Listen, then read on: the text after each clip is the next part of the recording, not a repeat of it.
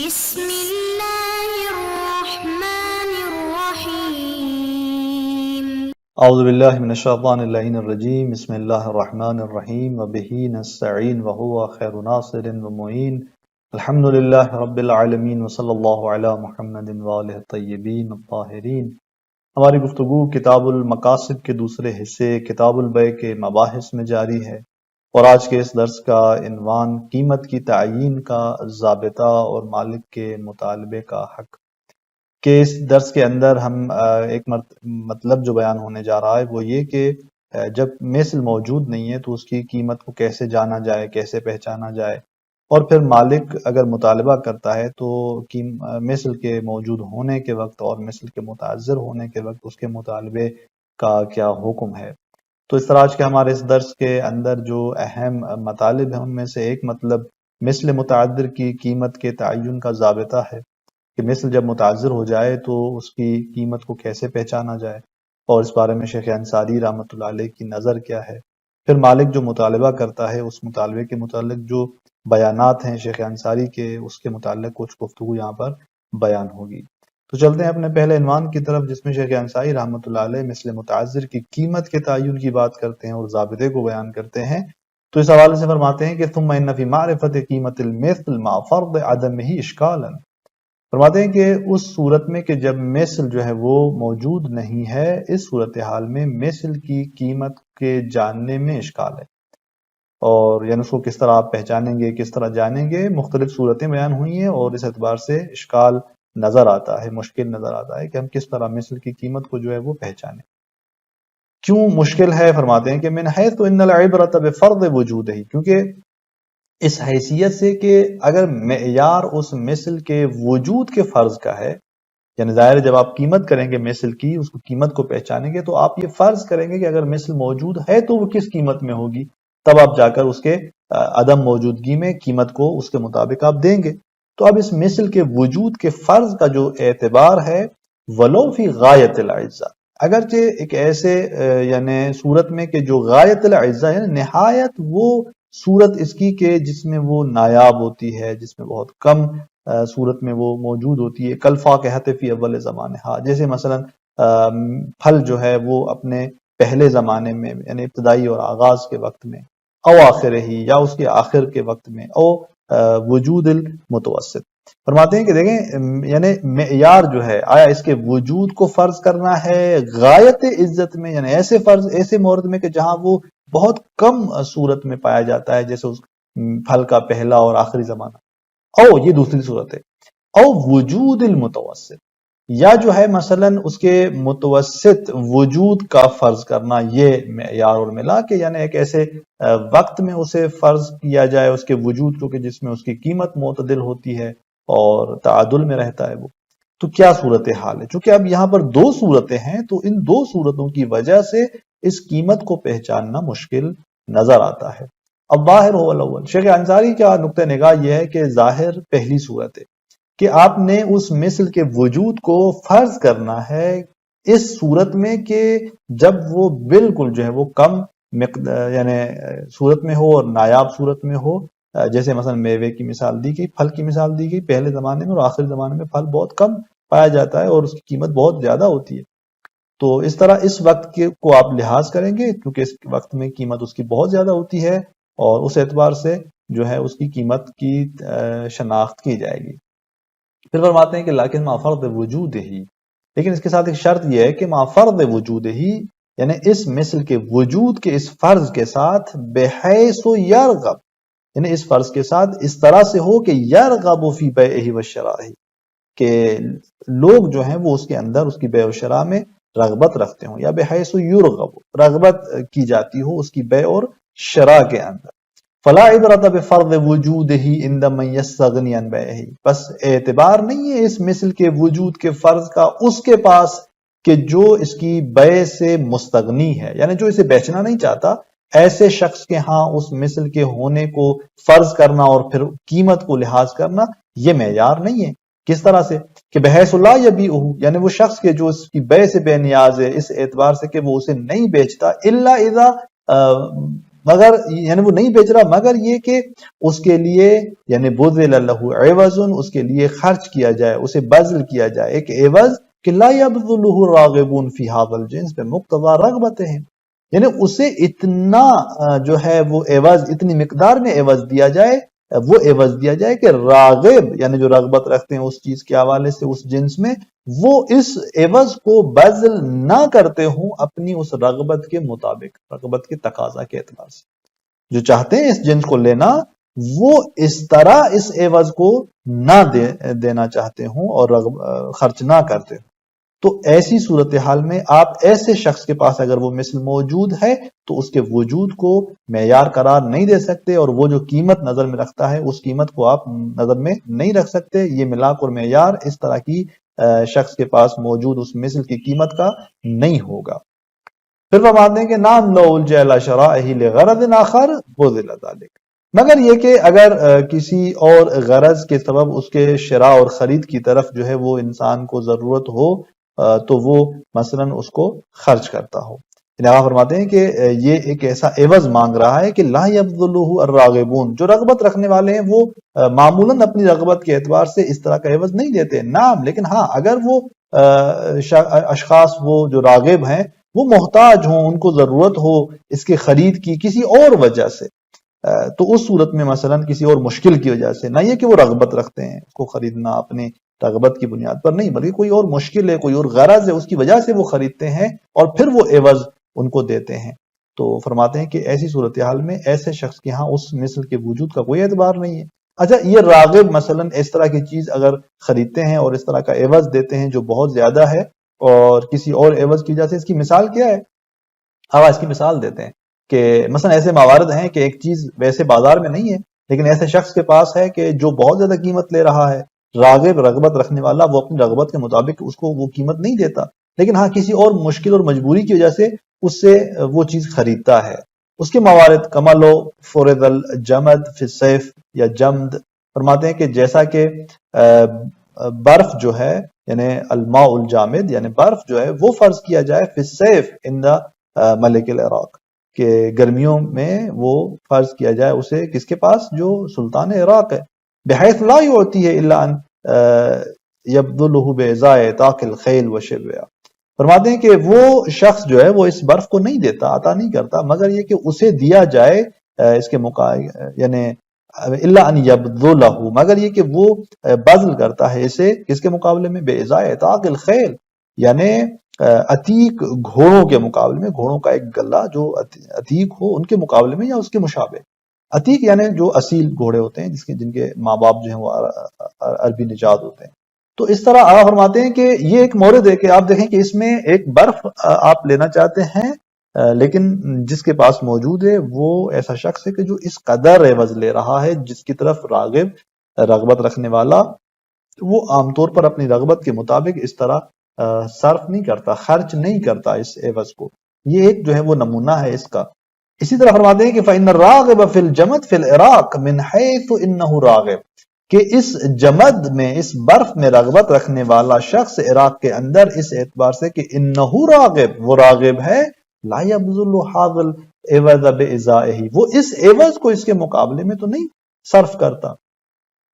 وانما یبذلہ من یحتاج الیہ لغرض آخر، جی ہاں اس کو بذل کرے گا وہ شخص کہ جو اس کی طرف، اس برف کی طرف محتاج ہو کسی اور غرض سے، اپنی رغبت کے مطابق نہیں، کل اہدا الی سلطان قادم من العراق، مثلا وہ ہدیہ کرنا چاہتا ہے اسے اس بادشاہ کی طرف کہ جو عراق کی طرف آیا ہے، مثلا اس کا مہمان بنا ہے، تو اب یہ شخص اس کو لے رہا ہے برف کو تاکہ اسے ہدیہ کرے، وہ اتنی بڑی قیمت اسے دے رہا ہے، تو یہ اس صورت میں اس غرض کی وجہ سے وہ دے گا، لیکن عام شخص جو ایک راغب کے عنوان سے یہ عوض دے دے اس طرح نہیں ہوتا۔ بس یہ ایک نمونہ تھا۔ او معالجت مشرف علی الہلاک بہ، یا فرماتے ہیں کہ مثلا وہ اسے خرید رہا ہے کس وجہ سے کہ مثلا ایک شخص کے جو مریض ہے یا مشرف علی الہلاکہ ہے، یعنی دنیا سے جانے کی نسبت، دنیا سے ہلاک ہونے کی نسبت وہ نزدیک مشرف ہے، یعنی وہ قریب ہے کہ وہ ہلاک ہو جائے، تو ایسے شخص کے علاج کے لیے وہ محتاج ہوتا ہے اسی جمد کا، وَنَحْوِ ذَلِكَ مِنَ الْأَغْرَاضِ، یا اس طرح اور بہت سارے اغراض آپ نظر میں رکھ سکتے ہیں۔ تو آپ دیکھیں کہ اگر ایسا مثل یعنی جو تلف ہوا ہے اس کا مثل اگر ایسے شخص کے پاس ہے کہ جو اس طرح بذل جو ہے کرتا ہے اسے اس عوض کے مقابلے میں کہ جس عوض کو راغب بے عنوان راغب نہیں دیتا، تو اس مثل کے اس طرح شخص کے پاس وجود کا کوئی اعتبار نہیں ہے کہ آپ اس کو موجود فرض کریں اور پھر اس کی قیمت کو نظر میں رکھیں اور پھر اس قیمت کے اعتبار سے آپ یہاں اپنے زمان کو بری کریں، یعنی ذمے کو بری کریں اس زمان سے، نہیں، اس کا کوئی ملاک و معیار نہیں ہے۔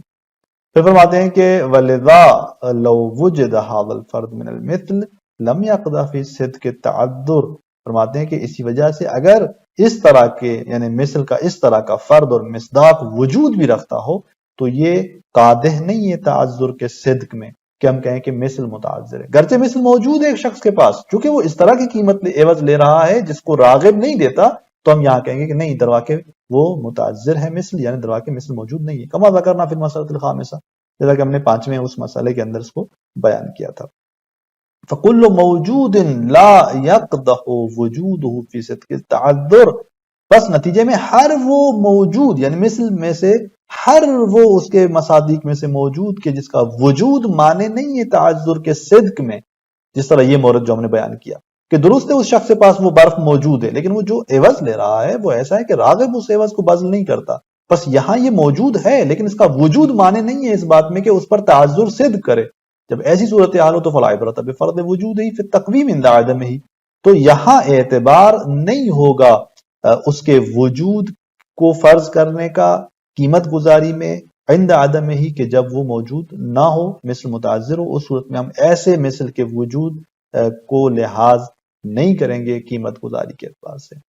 یہ ایک مسئلہ تھا جو یہاں پر تمام ہوا۔ اس کے بعد شیخ انصاری رحمۃ اللہ علیہ دوسرے مطلب کی طرف جا رہے ہیں کہ جو جہاں مالک مطالبہ کر رہا ہوتا ہے، اس سلسلے میں فرماتے ہیں کہ ثم انک قد عرفت، آپ نے پہلے یہ جانا ہے کہ ان للمالک مطالبۃ الضامن بالمثل، مالک کو یہ حق حاصل ہے کہ وہ مثل کی نسبت ضامن سے مطالبہ کرے عند تمکن نہیں، کہ جب وہ ضامن متمکن ہے، قادر ہے مثل دینے پر، اس میں تو کوئی شک نہیں ہے۔ وَلَوْ كَانَ فِي غَيْرِ بَلَدِ الزِّمَان، گرچہ وہ زمان کے اس شہر کے علاوہ کسی اور شہر میں ہو تب بھی مشکل نہیں ہے۔ وَكَانَ قِيمَةُ الْمِثْلِ هُنَاكَ أَزْيَدَ، فرماتے ہیں کہ ولو قیمت مثل وہاں پر بہت زیادہ ہو، پھر بھی چونکہ مثل موجود ہے، اور فرماتے ہیں کہ اب اگر مالک مطالبہ کرتا ہے تو اسے مطالبے کا حق ہے، یعنی اسے روکا نہیں جا سکتا اس مطالبے سے۔ وہ اما ما تعذر ہی، لیکن ہاں اگر جہاں وہ متعذر ہے وہ مطالبہ یعنی ضامن متعذر ہے کہ اس کو مثل کو ادا کرے، تو یہاں پر صورتحال کیا ہوگی؟ فرماتے ہیں کہ اما ما تعذر ہی، جب وہ متعذر ہو، وکون قیمت المثل فی بلد التلف مخالفا لها فی بلد المطالبہ، اور پھر بلد تلف میں جہاں وہ چیز تلف ہوئی ہے عین، وہاں پر اس کے مثل کی قیمت مخالف ہے اس لہا یعنی اس چیز کے اس قیمت کے کہ فی بلد المطالبہ، کہ جو بلد مطالبے کے اندر قیمت، یعنی جس شہر میں ضامن مطالبہ کر رہا ہے اس چیز کے لینے کا، مثل لینے کا، وہاں پر جو اس کی قیمت ہے وہ فرق کرتی ہے اس قیمت سے جو تلف کے شہر میں اس مثل کی قیمت ہے۔ تو یہاں پر فحل لہو المطالبۃ بأعلی القیمتین، آیا مالک کو یہ حق حاصل ہے کہ وہ اعلیٰ ترین قیمت کا مطالبہ کرے؟ ام یتعین قیمت بلد المطالبہ، یا اس کے لیے متعین ہے قیمت بلد مطالبہ، ام بلد طلب، یعنی یا فقط قیمت بلد طلب ہے، تو وجوہ یہاں پر متعدد جو ہیں وہ وجوہات ہیں۔ انہیں کہنا یہ چاہتے ہیں کہ دیکھیں پیچھے جو ہم نے بیان کیا کہ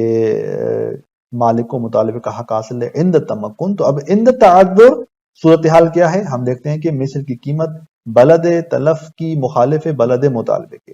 جب اس طرح سے ہے تو ایسی صورتحال میں فحل 3 صورتیں ہیں، آیا وہ اعلیٰ قیمت کا مطالبہ کرے گا، اسے حق حاصل ہے، یا بلد مطالبہ کا جو